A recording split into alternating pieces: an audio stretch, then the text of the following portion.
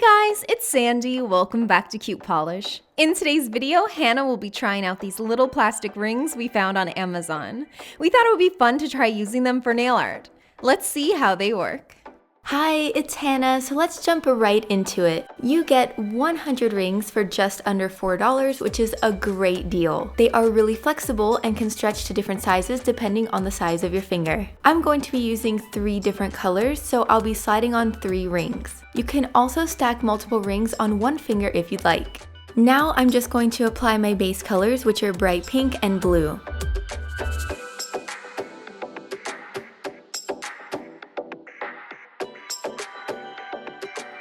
I'm actually going to add an extra ring for acetone to clean the brushes and see if that works well. So now I'm adding some hot pink polish to the small cup and applying random spots to the nail with a brush. As a first impression, this is a lot easier and less messy than what I usually do, which is grab some tinfoil or random packaging and apply polish dabs all over it. Let me know if anyone else does this too. I usually clean my brushes by dipping the brush in acetone or thinner in a small glass, but being able to clean them right here on my finger is much more efficient. So now I'm just adding some blue polish to a different ring and making blue spots. This is so much better than using a piece of paper that has been dabbed with polish a million times, because sometimes I go to pick up a color and the other color underneath will get picked up on the brush as well.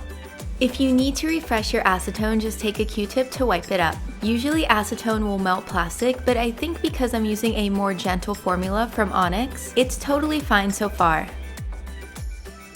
Painting your thumb can be a little tricky, but it's actually not that bad because all you have to do is just turn the rings to the side. And then once you're done, just turn them back. Now I'm adding in the black outline of the leopard print with black acrylic paint. If you use acrylic paint with these rings, all you need is some water and maybe a little soap to clean out the cup. You can easily remove the rings by pulling upward so you don't have to worry about bumping your nails. You can also carefully slide them off, but since my fingers and nails are kind of small, it's probably safer for me to do that compared to someone with larger nails. And of course, I'm going to finish with a glossy top coat. Oh, and if you prefer to do your nails with your hand facing you, these rings work well like that too. 100 rings will last you a long time because you can definitely reuse these. Using a Q-tip and acetone easily removes the polish. I do recommend a more gentle acetone formula like I mentioned before, since acetone can melt plastic, but Onyx has worked great.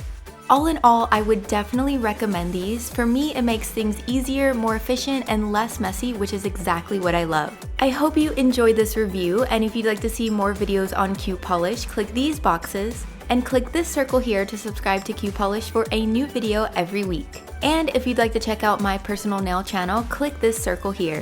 Thanks for watching!